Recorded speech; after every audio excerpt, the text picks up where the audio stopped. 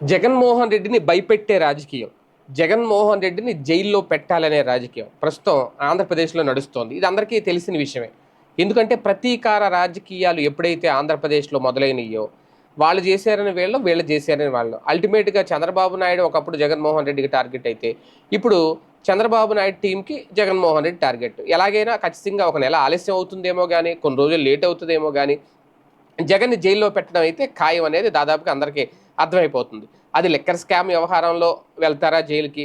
లేదంటే పాత కేసులు మళ్ళీ తిరగదోడతారా? జగన్ అక్రమాస్తుల కేసులు ఏవైతే ఉన్నాయో దాని మీద వెళ్తారా? ఏదైనా కావచ్చు. అల్టిమేట్‌గా జగన్‌ని లోపలేయడమే ఇక్కడ కీలకమైన అంశం. అయితే ఇంత జరుగుతున్న జగన్‌లో భయం లేదా? అంటే ఒకటి జగన్‌ను రాటుదేలిన మనిషి అనేది ఆ నాయకులు చెప్తా ఉంటారు. ఏ రకంగా రాటుదేలిన మనిషి? ఆయన ఎప్పుడో రాజకీయాల్లోకి రావాలనుకున్నప్పుడే లేదంటే వైఎస్ఆర్ మరణంతోనే ఆయన గుండె రాటుదేలిపోయింది.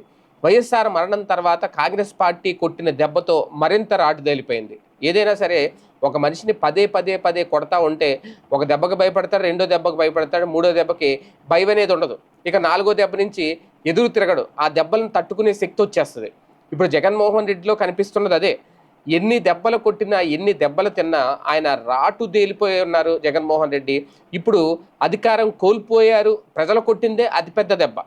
నవరత్నాలు అమలు చేసినా సరే 5 ఏళ్ల పాటు అధికారంలో ఉండి ప్రతి కుటుంబానికి సంక్షేమం అందించే విషయంలో విప్లవాత్మకమైన మార్పులు తీసుకొస్తే సెక్రటేరియట్లు పెట్టారు, సచివాలయాలు, వార్డు గ్రామ సచివాలయాలు పెట్టారు, వాలంటీర్ వ్యవస్థను తీసుకొచ్చారు, ఇంటింటికి రేషన్ పంపించారు, క్రమం తప్పకుండా 1వ తేదీకే టంచన్గా పింఛనేశారు. ఇన్ని చేస్తే ప్రజలే ఒక అతిపెద్ద దెబ్బ కొట్టేశారు.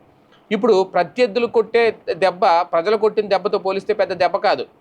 అందుకే జగన్మోహన్ రెడ్డిని రాటుదేలిన మనిషి అంటారు. ఇవాళ రేపు అరెస్ట్ చేస్తారంటారా? చేస్తే ఆయన సిద్ధంగానే ఉన్నాడు. ఆయన చెప్పేశాడు, అవసరమైతే సుప్రీం వరకు వెళ్తాం, పోరాడతాం, న్యాయం చేస్తాయి కోర్టులు, న్యాయస్థానాల మీద నమ్మకం ఉంది ఖచ్చితంగా. అలాగని పోరాటం అయితే ఆపుతారా అంటే ఖచ్చితంగా ఆపరు. కాకపోతే ఇక్కడ ఇటు పోరాటం ఆపరు, అటు టార్గెట్ ఆపరు. ప్రస్తుతం ఆంధ్రప్రదేశ్ రాజకీయాల్లో జరుగుతున్నది ఇదే. అందుకే జగన్మోహన్ రెడ్డి ఏ దెబ్బైనా తినడానికి సిద్ధంగా ఉన్నారు. 16 నెలలు జైల్లో ఉండొచ్చిన మనిషి ఇప్పుడు కొత్తగా ఎన్నాళ్ళు జైల్లో పెడతారు ఒకవేళ పెడితే? ఇది రాజకీయ దెబ్బని ప్రజలకు కూడా తెలిసిపోద్ది. అంటే దేనికైనా సిద్ధంగా ఉన్నాడు, ఎన్నో దెబ్బలు తినున్నాడు, కొత్తగా వీళ్ళ కొట్టే దెబ్బలెంత అనేదే ఇప్పుడు జగన్మోహన్ రెడ్డి నుంచి వస్తున్న సంకేతం. అందుకే ఆయన చెప్తున్నది ఒకటే, మొన్న మీటింగ్‌లో చెప్పిన, జిల్లా స్థాయిలో ఇప్పుడు మీటింగ్‌లు పెడుతున్నారు. ఇప్పుడు క్షేత్రస్థాయిలో పార్టీని డెవలప్ చేయాలని ముందుకెళ్తున్నారు.